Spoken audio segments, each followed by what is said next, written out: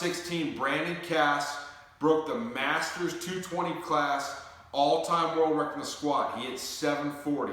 Okay, the previous record was held by the legendary Jesse Kellum, someone I've always looked up to and respected, and was always very helpful in my lifting career.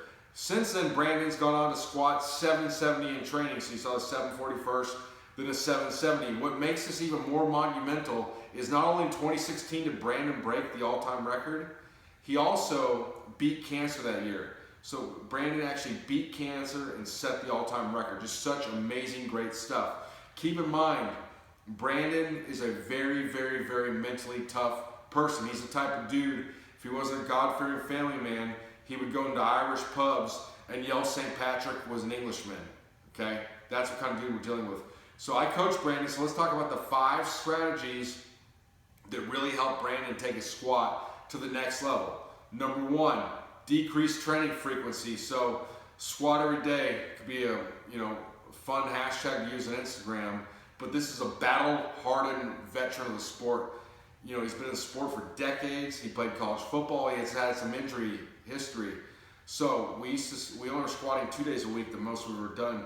So we moved the squat down to 1 day a week. So he's just squatting 1 day a week. So we've talked before about not adhering to doctrine, okay? We're just doing what's going to work best. So if you're an aging lifter, injury prone, you might want to look at decreasing squat training frequency. Number 2, we also decrease squat training volume. So I'm known as somebody that after you do like your heaviest set of squat, you might go into multiple compensatory acceleration sets, and that what you do there is you're maximizing each rep. Perfect technique, perfect tightness, putting maximum force on the bar, getting that descent pattern, that setup, all that stuff, building that motor pattern over and over and over again. We tried that with Brandon, but he just wasn't recovering quite as well, so we took those out. Again, this isn't about proving my way or any other way. This is about results, and that's all we care about. So he decreased training volume. With that decrease, his squat increased. Okay, bar placement. So most people do better with lower bar placement. Gave it a shot, shoulder issues, whatever, wasn't working out. So we moved into high bar placement. And with a high bar placement, Brandon always operates in the zone. So the Zen master he got that higher bar placement. It's like clockwork. He gets it set up perfect every single time with alignment. And a lot of these seminars I do, notice that just, people setting up for lifts is very strong people, very smart people, but sometimes it's like they almost get away from the basics of just, even on a deadlift, like where do they set their feet? Like they don't have any sort of reference point. So you need to find these reference points, get that bar set in the perfect spot every time. 4th, we did leg pressing. Okay, so a lot of people feel leg pressing is sort of, the gateway to like spandex and, all other sorts of things that people make fun of. And, it's gonna, if you start leg pressing, all of a sudden Planet Fitness is gonna get your address and send you stuff in the mail and Tootsie Rolls and pizza and la la la. Not the case. Okay, Ed Cohn was one of my mentors. He was huge on leg pressing. A movement he taught me was a one-legged unilateral leg press, and there's all sorts of benefits in unilateral movements. Someone like Brandon, you got to remember, this is one of the best deadlifters in the history of the world.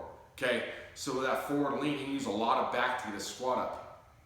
And someone like that, especially, is going to really benefit from direct thigh stimulation. So, I put it in there, bada bang, bada boom, squat went up.